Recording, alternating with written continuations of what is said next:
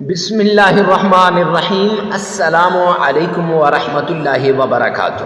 معزز سامعین کرام، آج جو ہم آپ کے سامنے حاضر ہوئے ہیں، قرآن پاک کی ایک آیت کا وظیفہ لے کر حاضر ہوئے ہیں۔ یہ قرآن پاک کی وہ آیت ہے جس کے بارے میں سرکار دو عالم صلی اللہ علیہ وسلم نے فرمایا، جب مشکل کے اندر پڑ جاؤ، تکلیف میں پڑ جاؤ، مصیبت میں پڑ جاؤ تو اس آیت کا سہارا لے لو۔ یہ وہ آیت ہے جس کے پیچھے اگر آپ اس آیت کا ورد کریں گے، رب کائنات کی قسم کہ فرشتے فوراً مدد کے لیے حاضر ہو جائیں گے۔ مضطر آدمی، وہ آدمی جو تکلیف میں پھنسا ہو، مصیبتوں نے اس کو گھیر لیا ہو، تو ایسی سچویشن میں اپنے بھی ساتھ چھوڑ دیتے ہیں۔ وہ لوگ جن کا خونی رشتہ ہوتا ہے، رب کائنات کی قسم ایک ایک کر کے وہ بھی جدا ہو جاتے ہیں۔ اللہ ایسا وقت کسی پر نہ لائے کہ جب انسان کے پاس مال و دولت نہیں ہوتا، رزق کی کمی ہوتی ہے، تو پھر کوئی اس کی بات کو سننے کے لیے تیار نہیں ہوتا، کوئی اس کی بات کو نہیں سنتا۔ اب ایسی سچویشن میں اپنے بھی ایک ایک کر کے دور ہوتے جاتے ہیں۔ جب انسان کے پاس سب کچھ ہوتا ہے نا، پھر کوئی کہتا ہے میں آپ کا یہ ہوں، میں وہ ہوں، میں وہ ہوں، عہدہ ہو، جاہ و جلال ہو، مال ہو، عزت ہو، مرتبہ ہو، تو سب آپ کے ساتھ جیسے شہد کی مکھیاں آ جاتی ہیں ایسے چمٹ جائیں گے۔ لیکن جب کچھ بھی نہ ہونا تو پھر ایک ایک ہو کے جدا ہو جاتے ہیں۔ اس لیے تو سرکار دو عالم صلی اللہ علیہ وسلم نے فرمایا، کاد الفقر ان یکون کفرا، قریب ہے کہ فقر انسان کو کافر نہ بنا دے، کفر تک نہ لے جائے، اس سچویشن تک نہ لے جائے، اس صورتحال تک نہ لے جائے جہاں سے انسان واپس نہیں آ سکتا۔ اس لیے کوشش کریں کہ جب آپ مصیبت میں پھنس جائیں، دنیا والے آپ کو تنہا چھوڑ دیں، دنیا والوں سے آپ دور چلے گئے، ایک ایک ہو کے وہ سب جدا ہو گئے، مایوس نہیں ہونا، پریشان نہیں ہونا۔ کیوں؟ اس لیے کہ ہمارا رب تو ہے نا۔ میرے اللہ نے فرمایا کہ کسی حال میں بھی آپ نے پریشان نہیں ہونا، تو آپ نے پریشان نہیں ہونا۔ قرآن کا سہارا لے لینا ہے، احادیث کا سہارا لے لینا ہے، اور ان وظائف کا سہارا لے لینا ہے جو اتھینٹک وظائف ہیں، قرآن اور حدیث سے ثابت شدہ وظائف ہیں۔ تو معزز سامعین کرام، جو وظیفہ میں آپ کو بتانے جا رہا ہوں، اگر جاب کی پریشانی ہے، نوکری نہیں مل رہی، آپ چاہتے ہیں کہ اچھی سی اچھی نوکری ملے، آپ در در مارے مارے پھر رہے ہیں، تو ایسی سچویشن کے اندر آپ اس وظیفے کو کریں۔ اگر کسی کے ہاں بے اولادی ہے، بے اولاد ہے، اولاد نہیں ہو رہی، کبھی ایک کے در پہ، کبھی دوسرے کے در پہ، کبھی تیسرے کے در پہ، جگہ جگہ دھکے کھا کھا کے تھک چکے ہیں، ان سے عرض کرتا ہوں وہ آئیں اللہ کے قرآن کی طرف، اللہ کے در کی طرف، رب رحمان سے مانگے، انشاءاللہ اس عمل کے بعد اللہ سبحانہ و تعالی انہیں اولاد نرینہ عطا فرمائے گا۔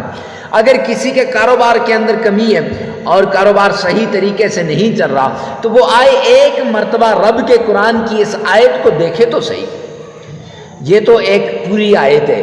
میرا ایمان ہے کہ اللہ رب العزت کے پورے کلام میں سے کوئی ایک لفظ اٹھا لو اور اس لفظ کا ورد کرنا شروع کر لو، اور نوعیت اور نیت کے اعتبار سے آپ بالکل مخلص ہو، نوعیت جو بھی ہو، نیت آپ کی خالص ہو، تو رب کائنات کی قسم کہ وہ ایک لفظ بھی آپ کی زندگی کو بدل کے رکھ دے گا۔ تو جو عمل آج آپ سے میں شیئر کرنے جا رہا ہوں، یہ زندگیوں کو بدلنے والا ہے، تقدیر کے بند تالوں کو کھلوانے والا ہے، نصیب کے بند تالوں کو کھلوانے والا ہے۔ اگر صدقے دل سے آپ نے یہ عمل کر لیا، آپ کی تقدیر بدل جائے گی، نصیب بدل جائے گا، مقدر بدل جائے گی۔ میں یوں کہوں تو غلط نہ ہوگا کہ زندگی کو بدلنے والا یہ عمل ہے۔ تو معزز سامعین کرام، وہ ایسا مجرب، آزمودہ اور نایاب عمل کون سا ہے؟ آئیے چلتے ہیں اس عمل کی طرف۔ تو عمل کی طرف جانے سے پہلے ایک ریکویسٹ کرتا ہوں خدا کے لیے، ثواب کی نیت سے اس عمل کو زیادہ سے زیادہ شیئر کریں تاکہ لوگوں کو بھی فائدہ ہو، آپ کی نسلوں کو اس سے فائدہ ہو۔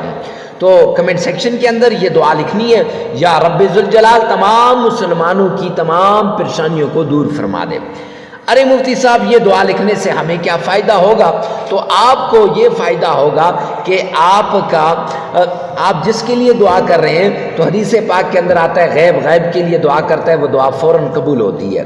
دوسرا فائدہ، آپ جس کے لیے دعا کر رہے ہیں اس کے حق میں دعا قبول ہو یا نہ ہو، آپ کو مقبول دعا کا ثواب مل جائے گا، قبول دعا آپ کو ثواب اس کا مل جائے گا۔ تو معزز سامعین کرام، آپ سے التجا کرتا ہوں کہ کمنٹ میں یہ لازمی لکھیے گا۔ اب چلتے ہیں عمل کی طرف۔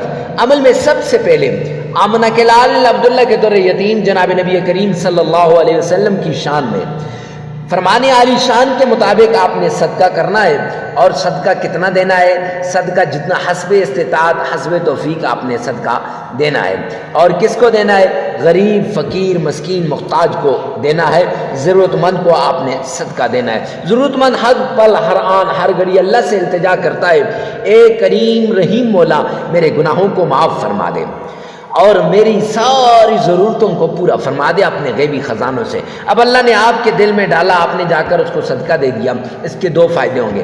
ایک تو آپ کا صدقہ صحیح جگہ پہ لگ جائے گا، اور دوسرا اس کا فائدہ یہ ہوگا کہ اب وہ غریب جس کی آپ نے ضرورت کو پورا کیا وہ دعا کرے گا، اے رب رحمان، اے کریم رحیم مولا، جس نے میری ضرورت کو پورا کیا ہے، یا اللہ تو اپنے غیبی خزانوں سے اس کی ضرورتوں کو پورا فرما دے۔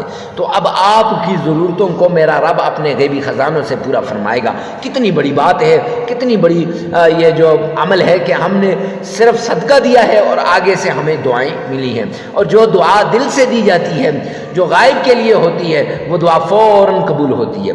تو اب آئیے چلتے ہیں عمل کی طرف۔ سب سے پہلے آپ نے آمنہ کے لال عبداللہ کے در یتیم جناب نبی کریم صلی اللہ علیہ وآلہ وسلم کی شان میں عقیدت کے ساتھ، پیار کے ساتھ، محبت کے ساتھ، ذوق اور شوق کے ساتھ آپ نے 3 مرتبہ درود پاک پڑھنا ہے۔ اکثر لوگ مجھ سے سوال کرتے ہیں مفتی صاحب 3 مرتبہ ہی کیوں، 5 7 مرتبہ 11 مرتبہ کیوں نہیں؟